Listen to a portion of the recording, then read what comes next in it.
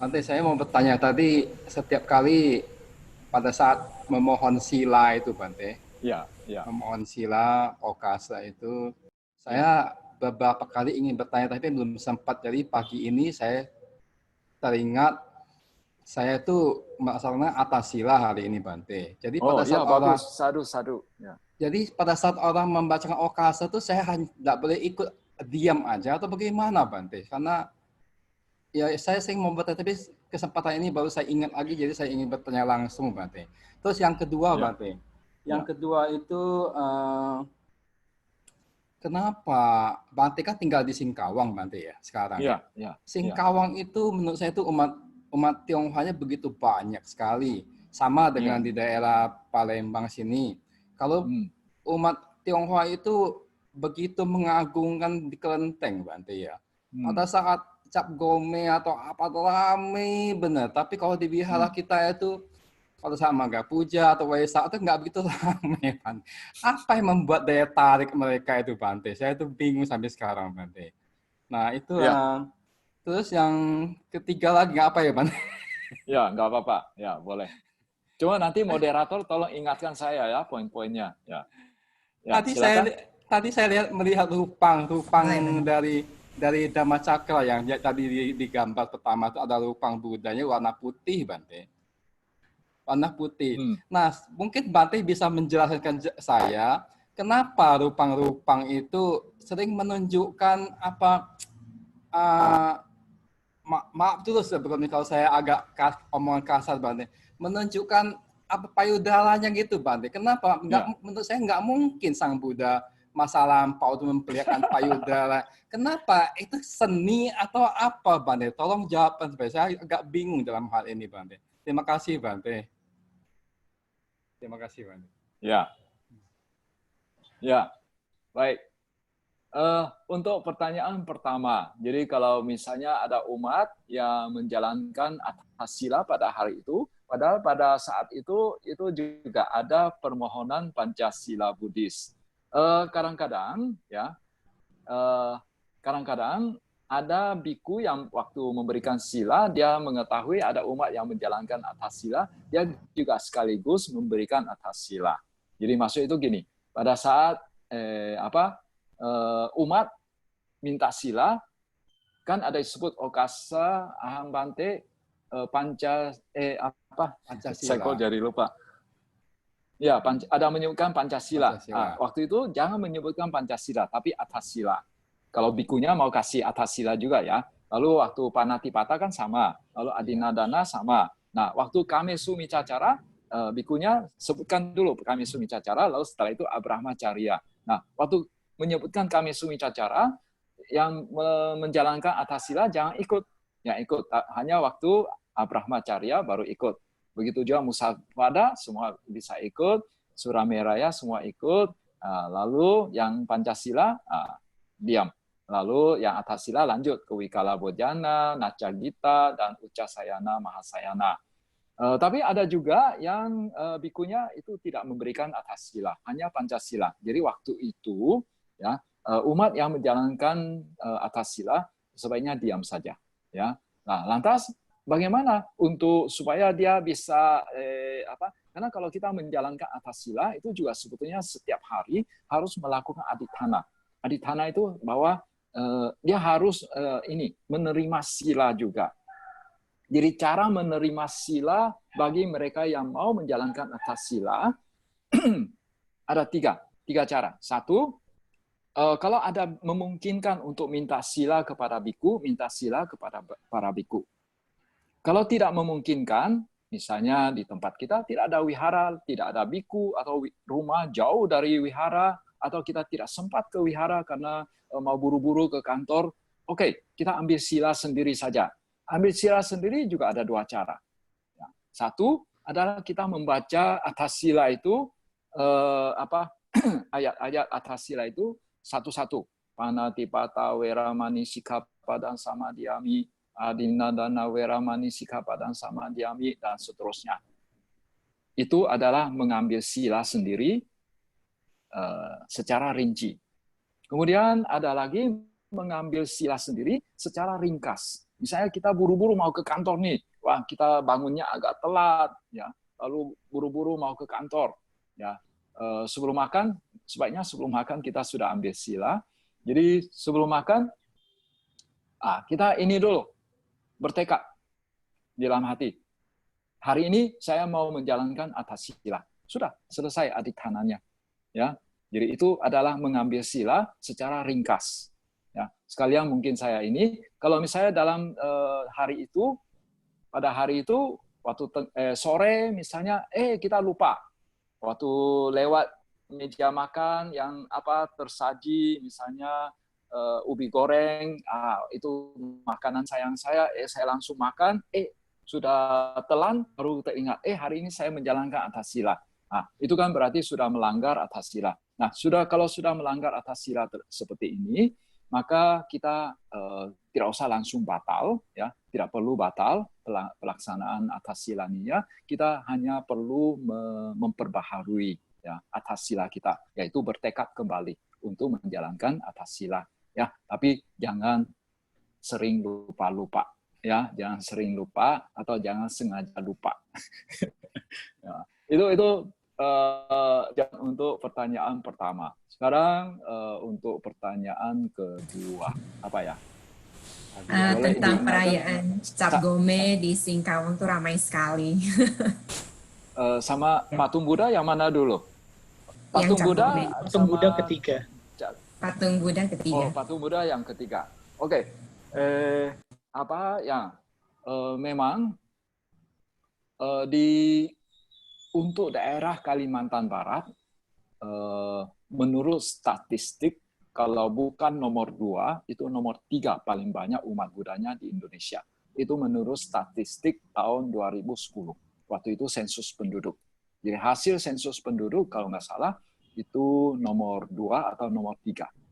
Paling banyak umat Buddhanya di Indonesia, sekitar 300 ribuan. Ya. Nomor 1 itu Jakarta atau Medan, atau Sumatera Utara. Ladang yang subur itu, Bante. Ya, jadi di kota Singkawang sendiri ya juga jumlah umat Buddhanya itu cukup banyak. Hanya kota Singkawang saja itu mungkin umat Buddhanya itu sama sebenarnya jumlah umat Buddha yang ada di Jawa Tengah atau Jawa Timur. Ya. Jadi nggak tahu ya sekarang setelah 10 tahun lewat apakah terjadi perubahan, karena umumnya umat Buddha di Indonesia cenderung menurun, ya, menurun cukup drastis memang. Nah, cuma belum tahu. Ini kan tahun 2020 itu akan ada sensus penduduk lagi. Belum tahu hasilnya seperti apa. Jadi umat Buddha di secara KTP itu memang banyak. Tapi sebetulnya mereka itu adalah tradisi. Ya, mereka belum begitu mengenal Dhamma. Walaupun sebetulnya di Singkawang sini Maitreya sudah lama masuk. Ya, Maitreya sudah lama masuk, ya bagaimanapun juga kita harus mengakui bahwa mereka juga adalah bagian dari umat Buddha sendiri. Ya, sebetulnya penganut Maitreya cukup banyak. Ya, wihara Maitreya ada di mana-mana di kota Singkawang sini.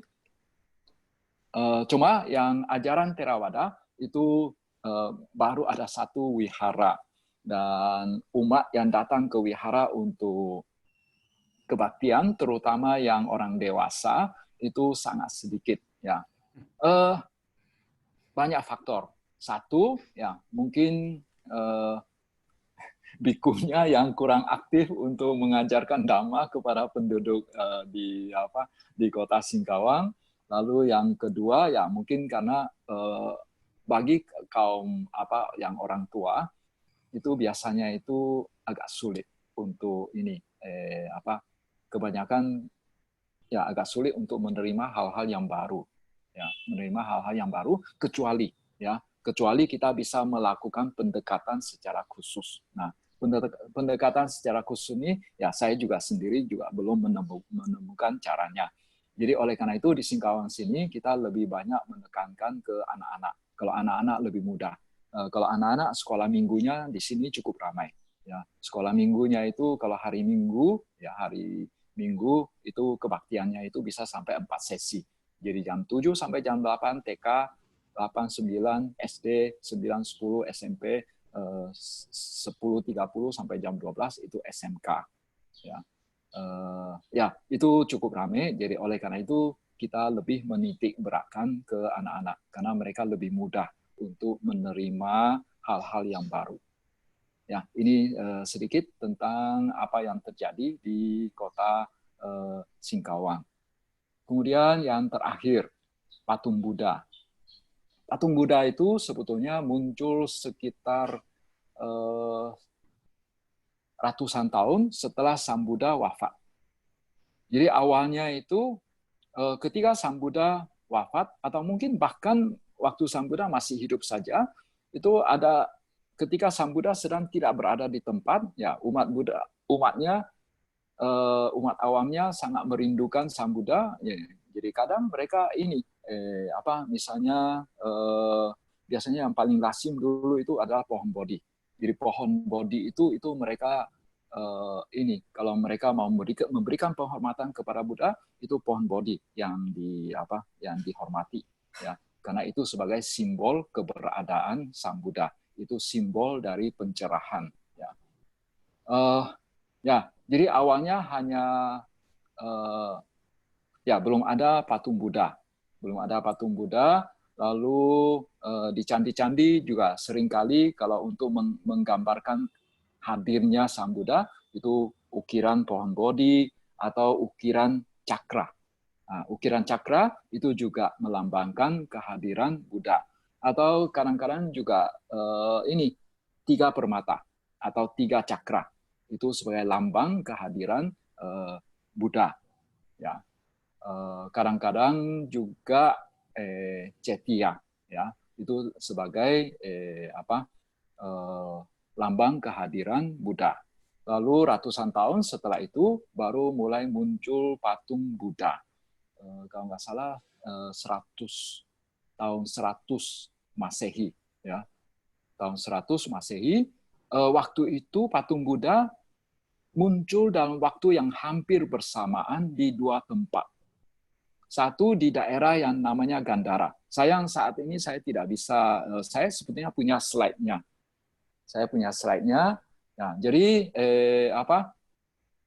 waktu itu di daerah Gandhara, yaitu daerah Pakistan saat ini, Pakistan dan Afghanistan saat ini, itu mulai muncul patung Buddha. Karena daerah sana dekat dengan Yunani, sehingga pengaruh seni Yunani itu agak menonjol. Sehingga patung Buddhanya itu hidungnya mancung-mancung, memang umumnya mancung, tapi wajahnya sangat mirip sama orang Eropa, sama mirip dengan bule. Lalu pakaian mereka sama seperti dewa-dewa Yunani. Pakaian patung Buddhanya itu lekukannya itu sangat halus, ya. Jadi Buddhanya itu ada pakai pakaian. Pada waktu yang bersamaan, di daerah sekitar India bagian tengah, yang namanya Mathura, itu muncul juga patung Buddha. Nah, gaya patung Buddhanya itu sedikit berbeda. Gayanya itu ini, jadi seolah Buddha itu telanjang. Jadi pusarnya kelihatan, dadanya kelihatan, seolah-olah tidak pakai pakaian. Kalau kita sekarang lihat model patung Buddha Candi Borobudur itu sangat mirip sama model Mathura. Ya. Jadi sebetulnya patung Buddha itu tidak sepenuhnya yang telanjang begitu, bahwa tidak buah dadanya kelihatan, pusarnya kelihatan begitu. Sebetulnya kalau yang gaya Mathura punya itu Buddhanya itu pakai pakaian kok. Ya. Jadi kalau misalnya memang merasa risih ya dengan patung Buddha yang pusarnya kelihatan ini. Ya udah patung Buddhanya diberikan pakaian saja, ya. Tapi ya kita sebagai umat Buddha ya juga menyadari bahwa yang namanya patung Buddha yang kita lihat saat ini itu sebetulnya ciptaan manusia belakangan, ya. Itu hanya mereka-reka dari kitab suci, dari kitab Tipitaka. Oh, Buddha itu wujudnya seperti apa, ya.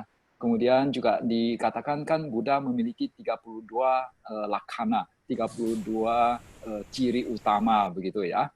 Nah, jadi berdasarkan itu ya akhirnya dibuatlah patung Buddha. Jadi masing-masing negara punya gambarannya sendiri terhadap patung Buddha, terhadap wajah Buddha yang sebenarnya. Jadi bagi orang Asia Timur, ya Budanya matanya sipit, ya. Sedangkan bagi di daerah lain, ya Budanya bukan mata sipit, ya, dan lain sebagainya. Masih ada sejumlah variasi. Jadi kita bisa lihat, misalnya patung Buddha untuk Myanmar punya gaya sendiri, yang model Thailand punya gaya sendiri, ya. Punya India punya gaya sendiri, Sri Lanka juga punya gaya sendiri, Kamboja juga gaya sendiri. Jadi masing-masing itu berbeda-beda, ya. Jadi apa? Kita ambil yang sesuai dengan ininya, sesuai dengan kecenderungan kita saja. Ya, itu sedikit penjelasan tentang patung Buddha.